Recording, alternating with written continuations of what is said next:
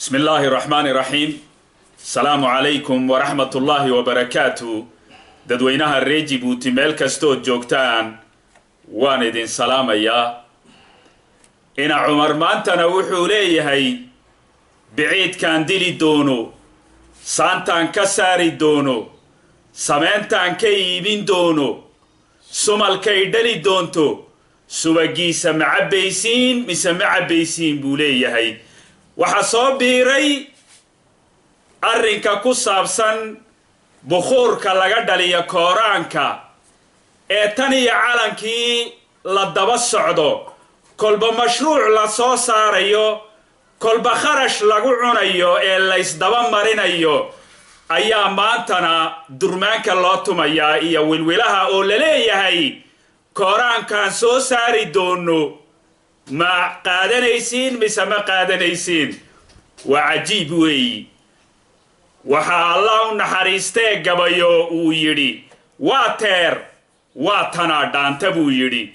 inta loo tilmaamayo ummadda Quraanka bukhurka laga soo saari doono ee tan iyo calankii la daba socdo ee runtii aanan soo baxayn, waxa ka muhiimsan, ka wanaagsan, ka qurux badan, ka rumsan in Quraanka hadda gacanta lagu hayo ee ummadda ciilay, ee ummadda dhibay, ee ummadda dhiigga ka nuugaya in laga naaquso ayaa ka mudan. waan ognahay Quraankeenna inaan ka soo qaadano dalka Itoobiya. waan ognahay Quraanka Itoobiya inuu biyo ku socdo. waan ognahay inuu Quraanka Itoobiya nooga yimaado, inuu dhulka yaalo uu raqiis yahay.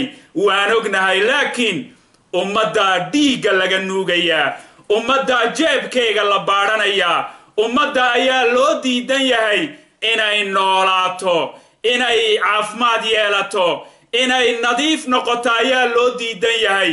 waa la nuugayaa siday shilintu adhiga dhiigga uga nuugto ayaa loo nuugayaa. siduu gofanuhu adhiga dhiigga uga nuugo ayaa ummadda loo nuugayaa. oo habeen iyo dharaar waa kuwa ooyaya, aqalada ku dhex ooyaya.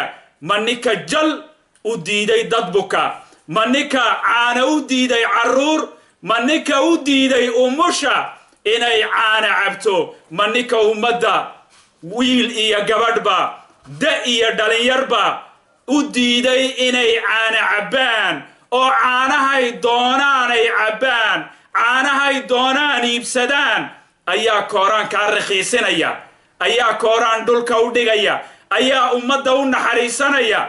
may naxariisi halkan waa ay ka guurtay. in la sugo Quraan soo socda waxaa ka mudan in Ismaaciil Cumar uu Quraanka dadka ka raqiisiyo. ma ka raqiisinaya? may, waayo waa dukaan meeshani lacagta ka soo gasha. ninkii bakhaarka lahaa ayaa iskale lacagtaas. waayo waxaa tusaale noogu filan caana duudo, caana qasab ayaa noogu filan. oo meeshani waxay noqotay dukaano laga furanaya bay noqotay. ninka baayac mushtarkii dukaanada waa uu beexaamaystaa, waa uu badsadaa. halkani lacaga kaa soo gasho, halkani lacaga kaa soo gasho. markaas haba yaraatee ummadda waxu soo socda ma jiro. ummadda waxaan ugu yeedhaynaa isbeddel baan ugu yeedhaynaa. waxaan ugu yeedhaynaa inayna taageeraan baan ugu yeedhaynaa. waxaan ugu yeedhaynaa in halganka la xoojiyo baan ugu yeedhaynaa. inuu Quraanku raqiiso taliska Ismaaciil Cumar kuma jirto. inay caana yimaadiin taliska Ismaaciil Cumar kuma jirto. markaas ummaddu waxa loo baahan yahay inay iskaayo garab taagto, inay indhahayaga noqoto, inay dhagahayaga noqoto, inay maskaxdayaga noqoto, inay xooggayaga noqoto si uu isbeddelku u suuro galo. waayo ninka caana u diiday ummadda Quraanka ma raqiisinaya. markaas jamhuuriyadda Djibouti dhammaan ummaddeeda oo dhan, wiil iyo gabadhba, hooyo iyo aabba, ku saboola iyo ku lacag leh, ku xagga taliska ku jira oo ooyaya iyo kuwa mucaaradaba waxaan ugu yeedhaynaa xalku waxa uu ku jiraa isbeddel buu ku jiraa. isbeddelkaasoo ballan qaadaya inuu Quraanku raqiiso. 6 faran baa Itoobiya lagaga keenaa.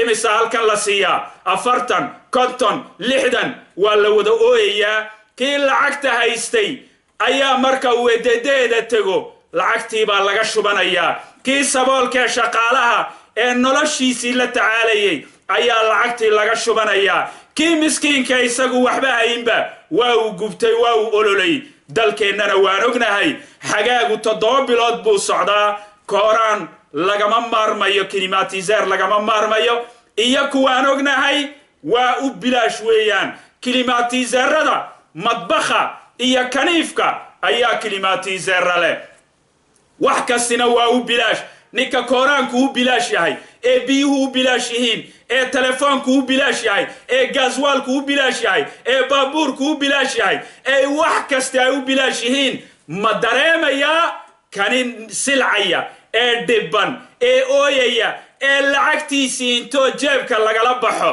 la qaadanayo ma dareemayaa may intoona la cadaadiyey oona la ciilay oona la dhibay haddaan reer Djibouti nahay ayaa weliba na laga toocsanayaa oo na la maaweelinayaa ummadda reer Djibouti meel kastoo joogtaanba dalkiyo dibaddaba waxaan idinku yeedhaynaa inaadna taageertaan midnimo qaran baan idinku yeedhaynaa halganka inaan xoojinno hoggaanka inaan hayno inaan hore u soconno si isbeddelka aad rabtiin aan u gaadhno insha allahu tacaala jamhuuriyadda Djibouti ha noolaato shacabka reer Djiboutina ha noolaadaan wassalaamu calaykum waraxmatullaahi وبركاته.